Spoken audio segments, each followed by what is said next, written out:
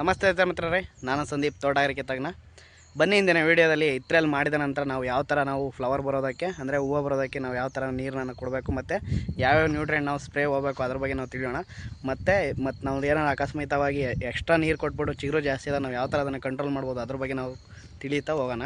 ರೈತ ಮಿತ್ರರೇ, ಇದೇನು ಹಿಂದ್ಗಡೆ ಈ ಗಿಡ ಕಾಣಿಸ್ತದೆ, ಇದು ಕಿತ್ತಲು ಬಂದ್ಬಿಟ್ಟು ಮಾರ್ಚ್ 2ನೇ ತಾರೀಕು ಮಾಡಿದ್ದಾರೆ. ಇಲ್ಲಿಗೆ ಆಲ್ರೆಡಿ 18 ದಿನ ಆಗಿದೆ.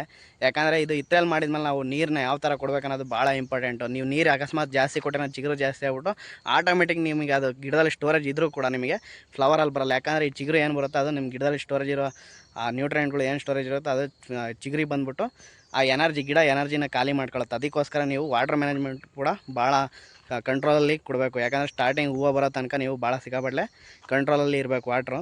ರೈತ ಮಿತ್ರರೇ, ಮತ್ತು ಇದಕ್ಕೆ ನೀರು ಇತ್ರೆಯಲ್ಲಿ ಮಾಡಿಬಿಟ್ಟು ಒಂದು 5-6 ದಿನ ಆದಮೇಲೆ ಎಲೆಲ್ಲ ಉದುರುತ್ತು. ಮತ್ತು ನೆಕ್ಸ್ಟ್ ನಾವು ಬೋರ್ಡೆಕ್ಸ್ ಸ್ಪ್ರೇ ಹೋದ್ವಿ. 1% ಸೊಲ್ಯೂಷನ್ ಬೋರ್ಡೆಕ್ಸ್ ಸ್ಪ್ರೇ ಹೋಗಬೇಕಾಗತ್ತೆ.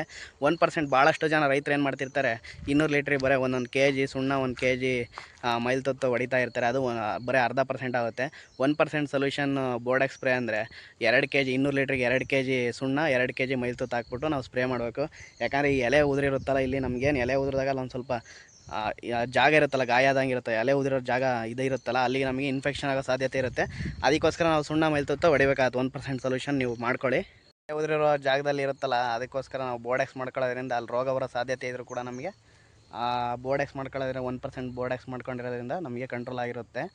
ಮತ್ತು ನೆಕ್ಸ್ಟ್ ಬಂದ್ಬಿಟ್ಟು ನಾವು ನೀರನ್ನ ಯಾವ ಥರ ಕೊಡಬೇಕಂದ್ರೆ, ಈ ಇತ್ರೆಯಲ್ಲಿ ಹೊಡೆದ್ಬಿಟ್ಟು 9 ದಿನ ಆದಮೇಲೆ ನಾವು ಸ್ವಲ್ಪ ವಾಟರ್ ಕಂಟ್ರೋಲ್ ಮಾಡಿಬಿಟ್ಟು 9 ದಿನ ಆದಮೇಲೆ ನಾವು ಫಸ್ಟು ನೆಲ ನೆನೆದ್ಬಿಟ್ಟು, ಅಂದರೆ ರೂಟ್ ಎಲ್ಲ ಆ್ಯಕ್ಟಿವೇಟ್ ಆಗಲಿ ಅಂತ ಒಂದು 2 ಅವರ್ಸು 2ರಿಂದ 2.5 ಗಂಟೆ ನಾವು ನೀರು ಕೊಟ್ಟಿದ್ದೀವಿ. ಯಾಕಂದರೆ ರೂಟ್ ಆ್ಯಕ್ಟಿವೇಟ್ ಆಗಬೇಕು. ನೆಕ್ಸ್ಟ್ ನಮಗೆ ಫ್ಲವರ್ ಬಂದಮೇಲೆ ಕಾಯಿ ಸೈಜ್ ಹಾಕೋಕ್ಕೆಲ್ಲ ರೂಟ್ ಎಷ್ಟು ಆ್ಯಕ್ಟಿವೇಟ್ ಆಗುತ್ತೆ ಅಷ್ಟು ನೆಲ ನೆನೆಯೋಕ್ಕೆ ಸಂಪೂರ್ಣವಾಗಿ ಗೊಬ್ಬರ ಕೊಟ್ಟಿರೋದೆಲ್ಲ ಚೆನ್ನಾಗಿ ನೆನೆಯೋಕ್ಕೋಸ್ಕರ ನಾವು 9 ದಿನ ಆದಮೇಲೆ ಒಂದು 2.5 ಗಂಟೆ ನೀರು ಕೊಟ್ಟಿದ್ದೀವಿ. ಮತ್ತು ನಾವು ನೆಕ್ಸ್ಟು ಇಮಿಡಿಯೇಟಾಗಿ ನೀರು ಕೊಡ್ತಾರೆ ಭಾಳ ಜನ ರೈತರು. ಆ ಥರ ನೀರು ಕೊಟ್ಟಿರಂದ್ರೆ ನಿಮಗೆ ಅದೇನು ಸ್ಟ್ರೆಸ್ಸು ಒಂದು ಸ್ವಲ್ಪ ಕಂಟ್ರೋಲಾಗಿರ್ಬೇಕು. ಆ ಥರ ಇದ್ದರೆ ಮಾತ್ರ ನಿಮಗೆ ನೀರು ಹೂವುಗಳು ಚೆನ್ನಾಗಿ ಬರ್ತವೆ. ಭಾಳಷ್ಟು ಜನ ಏನು ಮಾಡ್ತಾರೆ, ನೀರು ಎದ್ವಾ ಕೊಟ್ಬಿಟ್ಟೆ ಹೂವು ಬರೋದನ್ನ ಕೆಡಿಸ್ಕೊಳ್ತಾರೆ.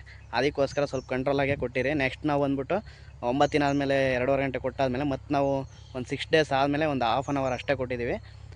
ಮತ್ತೇನಾಯ್ತು, ಇನ್ನೊಂದು ಸತಿ ಒಂದು 5 ದಿನ ಆದಮೇಲೆ ನೀರು ಕೊಡೋಣ ಅಂದರೆ ಅಷ್ಟರೊಳಗೆ ಆಲ್ರೆಡಿ ಮಳೆ ಬಂದ್ಬಿಟ್ಟು ಸಿಕ್ಕಾಪಟ್ಟೆ ನೆಲ ಎಲ್ಲ ತ್ಯಾವ ಆಗಿಬಿಟ್ಟಿದೆ, ಸಿಕ್ಕಾಪಟ್ಟೆ ನೀರು ಕುಡಿದಿದೆ ಗಿಡ. ರೈತ ಮಿತ್ರರೇ, ಇವಾಗ ನಾವು ಮಳೆ ಬಂದಿರೋದು ಭಾಳ ಎಡವಟ್ಟಾದಂಗೆ. ಯಾಕಂದರೆ ನಾವು ಆಲ್ಮೋಸ್ಟು 1-1.5 ತಿಂಗಳ ತನಕ ನಾವು ನೀರು ಎಷ್ಟು ಕಂಟ್ರೋಲಾಗಿ ನಾವು ನೋಡ್ಕೊಂಡು, ಗಿಡ ನೋಡ್ಕೊಂಡು, ವಾಟರ್ ಸ್ಟೇಟಸ್ ನೋಡ್ಕೊಂಡು ನಾವು ಎಷ್ಟು ಕಂಟ್ರೋಲಾಗಿ ನೀರು ಕೊಡ್ತೀವೋ ಅಷ್ಟು ಚೆನ್ನಾಗಿ ನಮಗೆ ಫ್ಲವರ್ ಬರುತ್ತೆ. ಯಾಕಂದರೆ ಅಕಸ್ಮಾತ್ ನಾವು ನೀರು ಜಾಸ್ತಿ ಆಯಿತು ಅಂದರೆ ಏನಾಗುತ್ತೆ ಅಂದರೆ ಚಿಗುರು ಜಾಸ್ತಿ ಬರುತ್ತಲ್ಲ, ಗಿಡದಲ್ಲಿ ಸ್ಟೋರೇಜ್ ಆಗಿರೋ ಎನರ್ಜಿ ಕೂಡ ನಮಗೆ ಚಿಗುರಿಗೆ ಹಾಕ್ಬಿಟ್ಟು ಚಿಗುರಿಂದ ನಮಗೆ ಆ ಎನರ್ಜಿ ಕಡಿಮೆ ಆಗ್ಬಿಟ್ಟು ನಮಗೆ ಬರೀ ಗಂಡು ಮತ್ತು ಈ ಕಡಿಮೆ ಸೆಟ್ಟಿಂಗ್ ಅದು ಈ ಥರ ನಮಗೆ ಪ್ರಾಬ್ಲಮ್ ಬರ್ತವೆ. ಅದಕ್ಕೋಸ್ಕರ ನಾವು ಆಲ್ಮೋಸ್ಟ್ 1-1.5 ತಿಂಗಳ ತನಕ ನಮಗೆ ಭಾಳ ಕಂಟ್ರೋಲ್ ಆಗಿರ್ಬೇಕು. ಆಮೇಲೆ ಫ್ಲವರು ಆ ಬಡ್ಸು ಸ್ಟಾರ್ಟ್ ಆದಮೇಲೆ ನೀವು ಜಾಸ್ತಿ ನೀರು ಕೊಡಿ. ಬಡ್ ಸ್ಟಾರ್ಟ್ ಆದ ತನಕ ಭಾಳ ಕಂಟ್ರೋಲಾಗಿ ನೀವು ನೀರನ್ನ ಕೊಡ್ತಾ ಇರಬೇಕು. ಈಗ ಅಕಾಲಿಕವಾಗಿ ಮಳೆ ಬಂದ್ಬಿಟ್ಟು ಒಂದು ಸ್ವಲ್ಪ ಸ್ಟ್ರೆಸ್ ಈ ಗಿಡಕ್ಕೆ ತಪ್ಪಿಬಿಟ್ಟು ನೀರು ಜಾಸ್ತಿ ಆಗಿದೆ.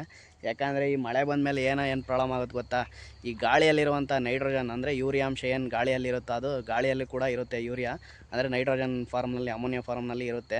ಅದೇನಾಗುತ್ತೆ, ಈ ಮಳೆ ಬಂದಮೇಲೆ ನಮಗೆ ಸಿಕ್ಕಾಪಟ್ಟೆ ನೈಟ್ರೋಜನ್ ಕೂಡ ನಮಗೆ ಗಾಳಿಯಲ್ಲಿ ಕರಗ್ಬಿಟ್ಟು ನೆಲಕ್ಕೆ ಬೀಳುತ್ತೆ. ಅದಕ್ಕೋಸ್ಕರ ನೀವು ಯಾವಾಗಲೂ ನೋಡಿರಿ, ಮಳೆ ಬಂದಾಗ ಎಲ್ಲ ಗಿಡಗಳು ಹಚ್ಚ ಹಸಿರಾಗುತ್ತೆ. ಯಾಕಂದರೆ ಗಾಳಿಯಲ್ಲಿ ಯೂರಿಯಾ ಅಂಶ, ನೈಟ್ರೋಜನ್ ಏನಿರುತ್ತೋ ಸಾರಜನಕ, ಅದು ನಮಗೆ ನೆಲಕ್ಕೆ ಬೀಳುತ್ತೆ ಮತ್ತು ಈ ಗಿಡಗಳಿಗೆಲ್ಲ ಬಿದ್ದುಬಿಟ್ಟು ಇವಾಗ ಏನಾಗುತ್ತೆ, ಯೂರಿಯಾ ಜಾಸ್ತಿ ಆದಾಗ ಏನಾಗುತ್ತೆ ಗೊತ್ತಾ, ಈ ಗಿಡದಲ್ಲಿ ನ್ಯೂಟ್ರಿಯೆಂಟು ಇಂಬ್ಯಾಲೆನ್ಸ್ ಆಗುತ್ತೆ. ಯಾಕಂದರೆ ಯಾವುದೇ ಗಿಡ ಆಗಲಿ ಫ್ಲವರ್ ಬರಬೇಕಂದ್ರೆ ಯೂರಿಯಾ ಜಾಸ್ತಿ ಆದಷ್ಟು ಫ್ಲವರ್ ಬರೋದಿಲ್ಲ. ನಮ್ಗೆ ಯಾವ್ಯಾವ ನ್ಯೂಟ್ರಿಯೆಂಟ್ ಜಾಸ್ತಿ ಆಗಬೇಕಂದ್ರೆ ಫಾಸ್ಫರಸ್ ಮತ್ತು ಈ ಪೊಟ್ಯಾಷ್ ಅಂಶ ಜಾಸ್ತಿ ಆದಷ್ಟು ಫ್ಲವರ್ ಬರ್ತವೆ. ಯೂರಿಯಾ ಜಾಸ್ತಿ ಆದಾಗ ಏನಾಗುತ್ತೆ, ನಮಗೆ ಫ್ಲವರ್ನ ಕಡಿಮೆ ಮಾಡುತ್ತೆ. ಅದಕ್ಕೋಸ್ಕರ ಅಂದರೆ ಈ ಗಾಳಿಯಲ್ಲಿ ಮಳೆಯಲ್ಲಿ ಬಂದಿರೋ ನೈಟ್ರೋಜನ್ ಅಂಶದಿಂದ ಗಿಡದಲ್ಲಿ ಇವಾಗ ನೈಟ್ರೋಜನ್ ಎಕ್ಸಸ್ ಆಗಿರುತ್ತೆ.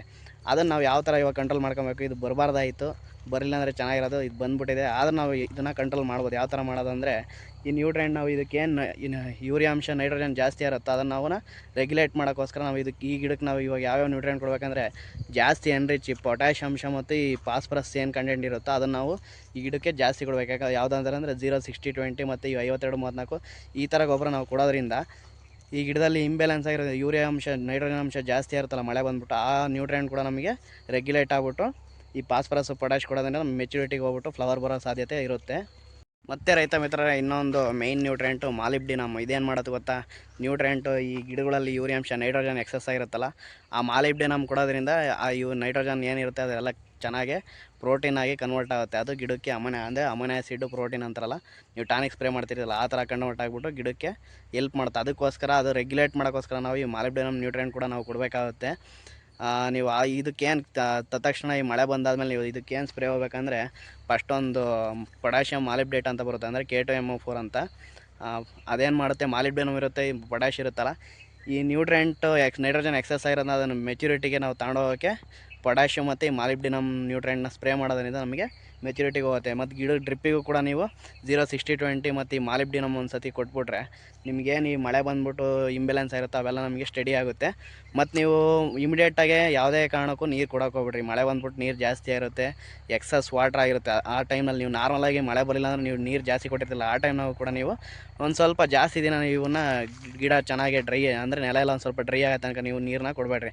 ಆಲ್ಮೋಸ್ಟ್ ಒಂದು 7 to 8 ಡೇಸು ಇದನ್ನು ಸ್ವಲ್ಪ ನೀರು ಕೊಡಲೇಬೇಡ್ರಿ. ಆವಾಗ ಅದು ನೀರು ಕುಡಿದ್ರೆ ಎಕ್ಸಸ್ ಆಗಿರೋದು ಅದೆಲ್ಲ ಆಟೋಮೆಟಿಕ್ಕು ಈ ಏನು ಬಿಸಿಲು ಸೂರ್ಯಕಿರಣ ಬೀಳುತ್ತೆ ಅದಕ್ಕೆ ಫೋಟೋಸಿಂಥಸಿಸ್ ಆಗಿಬಿಟ್ಟು, ಅಂದರೆ ದ್ವಿತೀಯ ಸಂಶ್ಲೇಷಣ ಅವೆಲ್ಲ ಆಗ್ಬಿಟ್ಟು ಅದೆಲ್ಲ ಚೆನ್ನಾಗಿ ಕನ್ವರ್ಟ್ ಆಗಿ ಫ್ಲವರ್ ಬರೋಕ್ಕೆ ಸ್ಟಾರ್ಟ್ ಆಗುತ್ತೆ.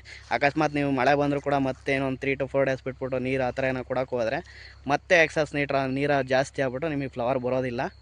ರೈತ ಮಿತ್ರರೇ, ಹಾಗಾದರೆ ಇದಕ್ಕೆ ನಾವು ಸ್ಪ್ರೇ ಯಾವ್ದು ತಗೊಳ್ಬೇಕಂದ್ರೆ, ಮೇಯ್ನ್ ಒಂದು ನ್ಯೂಟ್ರೆಂಟು ಪೊಟ್ಯಾಷಿಯಮ್ ಮತ್ತು ಈ ಮಾಲಿಬ್ಡಿನಮ್ ಇರೋ ನ್ಯೂಟ್ರೆಂಟ್ ಹಾಕೊಬೇಕು. ಮತ್ತು ಅದ್ರ ಜೊತೆಗೆ ಒಂದು ಲಿಯೋಸಿನ್ 2 ml. ಇದು ಕೂಡ ನಮಗೆ ಚಿಗುರು ಜಾಸ್ತಿ ಆಗ್ತಿರೋದನ್ನು ಕನ್ವರ್ಟ್ ಮಾಡಿಬಿಟ್ಟು ರೀಪ್ರೊಡಕ್ಟಿವ್ ಸ್ಟೇಜಿಗೆ, ಅಂದರೆ ಈ ಹೂವು ಬರೋಕ್ಕೆ ನಮಗೆ ಹೆಲ್ಪ್ ಮಾಡುತ್ತೆ. ಅಂದರೆ ಚಿಗುರು ನಿಲ್ಲಿಸ್ಬಿಟ್ಟು ಸ್ವಲ್ಪ ಹೂವು ಬರೋಕ್ಕೆ, ವಾಟ್ರ್ ಎಕ್ಸಸ್ ಆಗಿ ಚಿಗುರು ಜಾಸ್ತಿ ಆಗ್ತಿರುತ್ತಲ್ಲ, ಅದನ್ನು ಕಂಟ್ರೋಲ್ ಮಾಡೋಕ್ಕೋಸ್ಕರ ನಾವು ಲಿಯೋಸಿನ್ 2 ml. ಮೇಯ್ನ್ ನೀವು ನ್ಯೂಟ್ರೆಂಟ್ ಹಾಕ್ಲೇಬೇಕು, ಬರೀ ಲಿಯೋಸಿನ್ ಮಾಡಿದರೆ ವರ್ಕ್ ಆಗಲ್ಲ ಗುರು. ಯಾಕಂದರೆ ಈ ಪೊಟ್ಯಾಷಿಯಮ್ ಮತ್ತು ಮೇಯ್ನ್ ಗಿಡಕ್ಕೆ ಬೇಕಾರದೇ ನ್ಯೂಟ್ರೆಂಟು. ಈ ಏನು ಪೊಟ್ಯಾಷಿಯಮ್ ಮಾಲಿಬ್ಡಿನಮ್ ಅದ್ರ ಜೊತೆಗೆ ನೀವು 2 ml ಲಿಯೋಸಿನ್ ಹಾಕಿರಿ. ಮತ್ತು ಯಾವುದಾದ್ರೂ ಈ ಮಳೆ ಬಂದಿತ್ತಲ್ಲ, ಯಾವುದಾದ್ರೂ ಒಂದು ರೋಗ ಬರುತ್ತೆ, ಅದಕ್ಕೋಸ್ಕರ ನೀವು ರೋಗ ಬರೋ ಚಾನ್ಸಸ್ ಇದ್ದರೆ ಅದು ಅವಾಯ್ಡ್ ಆಗಲಿ ಅಂತ ಈ ಅಂದರೆ ಸ್ಕೋರ್ ಅಥವಾ ಯಾವುದಾದ್ರೂ ಒಂದು ಎಕ್ಸಾಕೊನಜಲ್ ಆಯ್ತು, ಯಾವುದನ್ನ ಓಜಲ್ ಗ್ರೂಪ್ ನಾವು ಏನು ಫಂಗಿಸೈಡ್ ಇದಾವೆ ಸಿಸ್ಟಮ್ಯಾಟಿಕ್ಕು ಅದನ್ನೊಂದು ಮಾಡಿರಿ. ಅದ್ರ ಜೊತೆಗೆ ಒಂದು ಕಾಂಟ್ಯಾಕ್ಟ್ ಕೂಡ ಹಾಕಿ, M45 ಆಯಿತು, Z78 ಆಯಿತು, ಕವಚ ಆಯಿತು, ಇವು ಯಾವನೊಂದು ಸ್ಪ್ರೇ ಮಾಡ್ಕೊಳ್ಳಿ. ಮಿತ್ರರೇ, ನೆಕ್ಸ್ಟ್ ಈ ಪೋರ್ಷನ್ ಇನ್ನೂ ನೆಕ್ಸ್ಟ್ ಏನು ಮಾಡ್ತೀವಿ ಅದ್ರ ಬಗ್ಗೆ ನಾವು ನಿನಗೆ ನೆಕ್ಸ್ಟು ಅಪ್ಡೇಟ್ನಲ್ಲಿ ಕೊಡ್ತಾ ಹೋಗ್ತೀವಿ. ನಮಗೆ ಇನ್ನೂ ಹೆಚ್ಚಿನದಾಗಿ ಮಾಹಿತಿ ಬೇಕಂದರೆ ನಮ್ಮ ಚಾನಲ್ನ ಸಬ್ಸ್ಕ್ರೈಬ್ ಮಾಡ್ಕೊಳ್ರಿ. ನೀವು ಎಷ್ಟು ಸಬ್ಸ್ಕ್ರೈಬ್ ಮಾಡ್ಕೊಳ್ತೀರ ಅಷ್ಟು ನಮಗೆ ಪ್ರೋತ್ಸಾಹ ನೀಡ್ದಂಗೆ ಇನ್ನು ನಾವು ಹೆಚ್ಚಿನ ಮಾಹಿತಿನ ಕೊಡ್ತಾ ಇರ್ತೀವಿ, ಕೇಳ್ಕೊಳ್ತಾ ಇರಿ.